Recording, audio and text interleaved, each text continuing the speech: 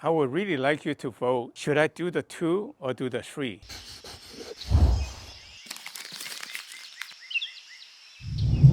I'm miltonchang of bonsaiheirloom. I would do 3 juniper, a clump of juniper. That's my model. The elm that I just showed you is a very old elm, Chinese elm that I bought in a probably 15-gallon tree. But I really didn't like it because the trunks were upright and they seemed really close. So I brought it home and put it in a corner for probably good 5-10 years before I work on it. Fortunately, it was still alive. It was neglected. Once I took it out of the pot, decided to work on it, I decided to tilt it a little bit. You can see now it doesn't seem as close, and it's a nice clump design. So today then, I work on this prostrata juniper about actually 3 months ago. I dug it from the ground. A whole bunch of them died off because it was dried out. This one saved. This one I did last week, and I really didn't like it. I suggest to make it a kind of an informal upright. The trunk was really kind of too straight. Today I dug out another one of the junipers. These 3 are all planted at the same time. You can see they all grew in a different rate. This one is the slowest because it was not in a very good location, didn't get much water. So water and fertilizer makes a big difference on the growth rate. And, but it can be part of the clump because you want the trees to be all different sizes. So with that in mind then, let me take this one out. You remember I decided to make this with this root coming up and make this the informal upright. But on the other hand, this is a pretty straight trunk. So if I tilt it up this way, and make it part of the forest clump. This could be skinny, maybe a little bit to the front. That could be part of the 3 juniper clump design. So let me work on that one and then try to play with that one to put them together to see if it works out. So again, what I'll do is I open up the top first to see where the trunk is going, to expose part of the trunk to have a bigger base. And like this base is quite wide at the bottom, but in the top at the top it doesn't show.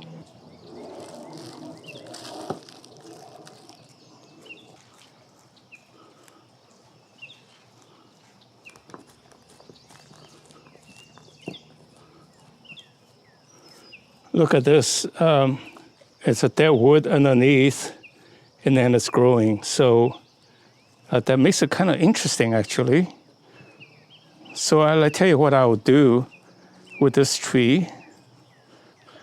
As you see, you can see that juniper can grow in pretty clayey soil. They will be fine. They are actually very agnostic to what kind of soil they are in. They are very, very vigorously growing if you give a lot of fertilizer and a lot of water. So juniper is a very good material for bonsai.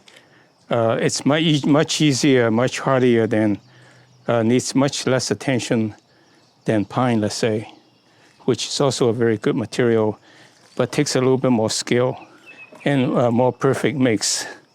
This is the base, and I think it would be a shame to cut it off. And there's a lot of roots below. There's a big root coming out here, that's nice. So I'm gonna make this the bottom.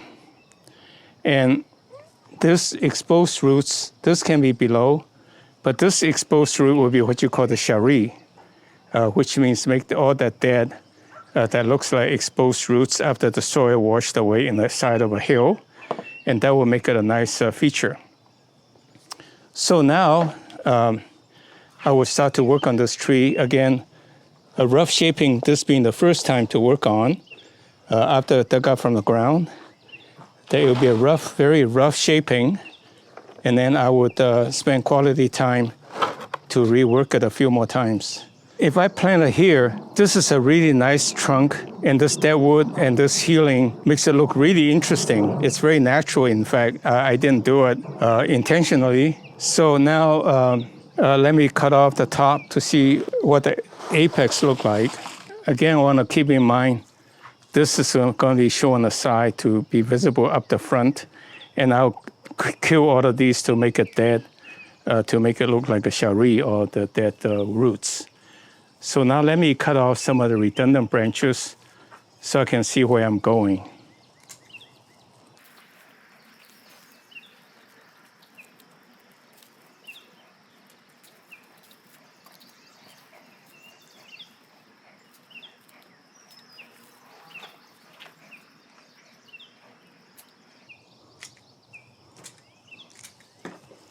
So I cut this off so I can see what's going on at the top. A lot of the branches that are a little bit long, you know you're not going to use it.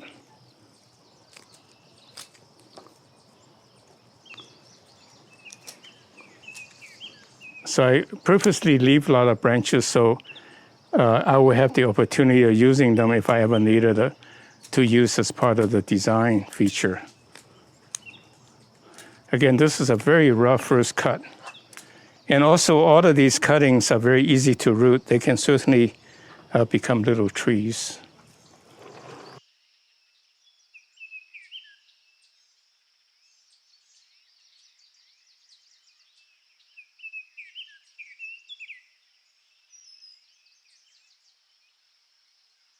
I'm just trying to cut off the redundant branch so I can see where I'm going.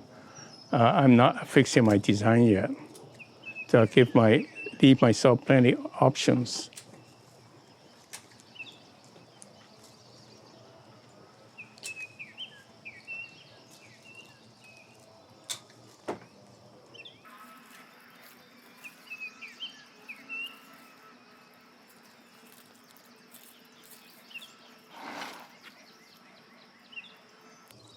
I'm trying to maybe see if one of these can become the apex, even though it's a little bit on the side. So I have to be a little careful what I cut.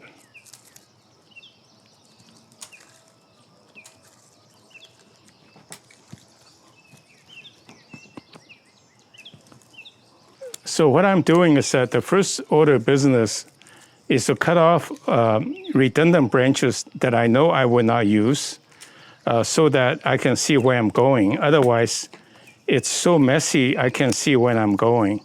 You can see the tree in the forest, or you can see the forest with a tree in front of it.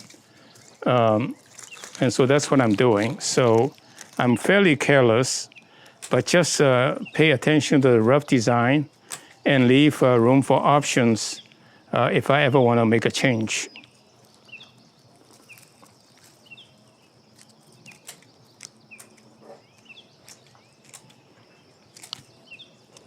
So now I will study it more carefully to decide what the design is. So looking at this tree, I think this is a very interesting curve. In nature, trees don't always grow straight, even though I guess in an open space it will. And you can see the top actually has three options, three tops. Sometimes a evergreen tree will grow up this way and then branch out. So that's what I would do. I will make this an apex, this an apex, this an apex, so there will be three apex, and then that's a tree. So you can see that's what the tree looks like. And I would, for example, make this into shari, which is another fancy word for roots, exposed dead roots.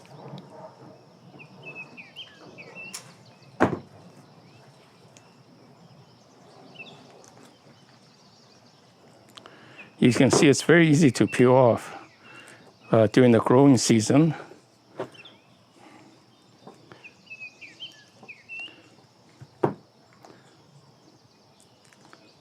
That's a shari, right? Somebody wrote and asked me about explaining shari and all that. It's really no big deal. Just get rid of the bark. You see how easy it is? And then these little guys doesn't look very sightly, so I just cut them off. This one maybe can be a little shari too.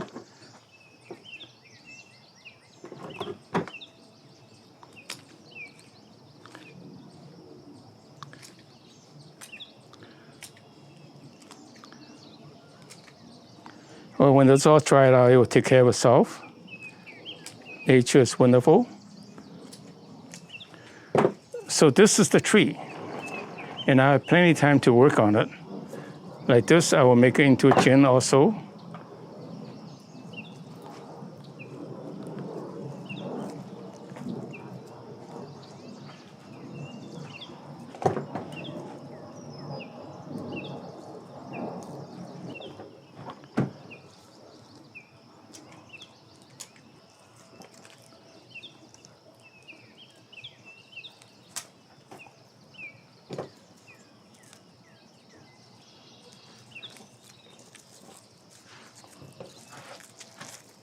Just clean up really most of it.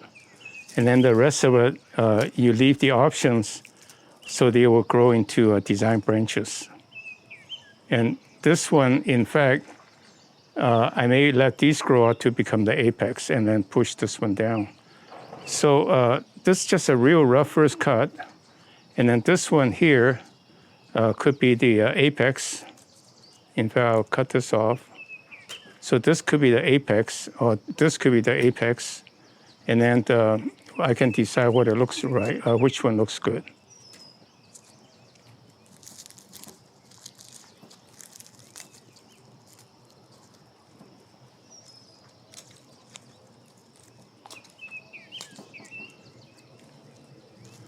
So I think a big part of the design is to remove the redundant branch because they only distract and from your main theme.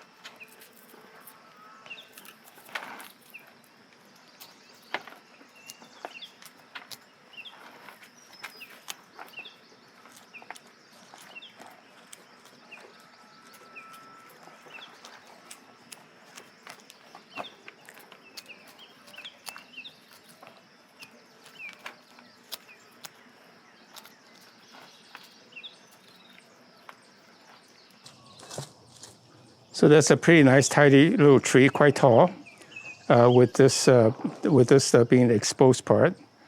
So today I chop up this juniper I planted in the ground about 25 years ago, and I dug it out. I've been pruning it, cutting it back along the way to shape it a little bit, not really with any particular design in mind. So the top was quite a mess, but I tried to shape it today just to get a rough shaping. And this tree, I did it last week trying to make it into an informal upright. I decided to make it part of this forest, just like the elm, the three elm together as a patch. I shouldn't use the word forest, it's more of a patch. And then this one I did a month or two ago, dug up from the ground, a whole bunch of them, some of them were dried out and didn't make it. But this one survived. And so it's been in a pot for about a month and a half. And so I put them together roughly in this design. So afterwards, I don't need to bore you with this. I have several options. One is to put it in an oval pot about this size, about this deep. So these trees I can cut off a little bottom if necessary to fit. So this would be grow nicely in a clump. You can see I positioned this one a little bit to the front, and then these two a little bit to the back to create a little bit of depth. And in fact, I can turn it at an angle to give it a little bit more interest.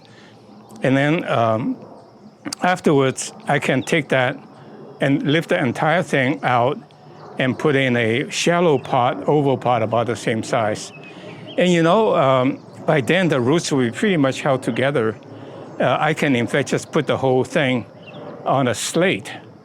And I think that would be really, really interesting. People would really love like a juniper on a slate. So very quickly, I turned it into quite a nice start of a bonsai. It's not good looking yet, but it's got potential to be quite good looking. If I make this the apex, 3 apexes here, and one of these the apex, I think it will look okay. So I would like to keep you posted every 3 to 6 months, for sure every 6 months to a year. You will see the progress of this clump of junipers, prostrata junipers, I might add, to be very nice. If your space is limited and you want to make a small forest, you can refer to a video we did about 3-4 weeks ago on a small elm forest with, I think, 9 trees. I think that's pretty decent. I personally like to make bigger ones because I have a lot of space. And also, I think given the same amount, well, given a little bit more, a year or two, the big trees can look so much more spectacular rather than a little one. Frankly, it's more valuable when the tree is this large because people assume that with age, equate that with age. So with that in mind, then, I thank you very much. I will work on my own to put it in a pot. You don't need to see that. That's fairly routine.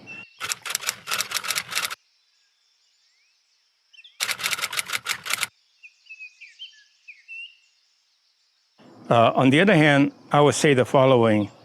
These 2 trees show such age, and this one really kind of messed it up.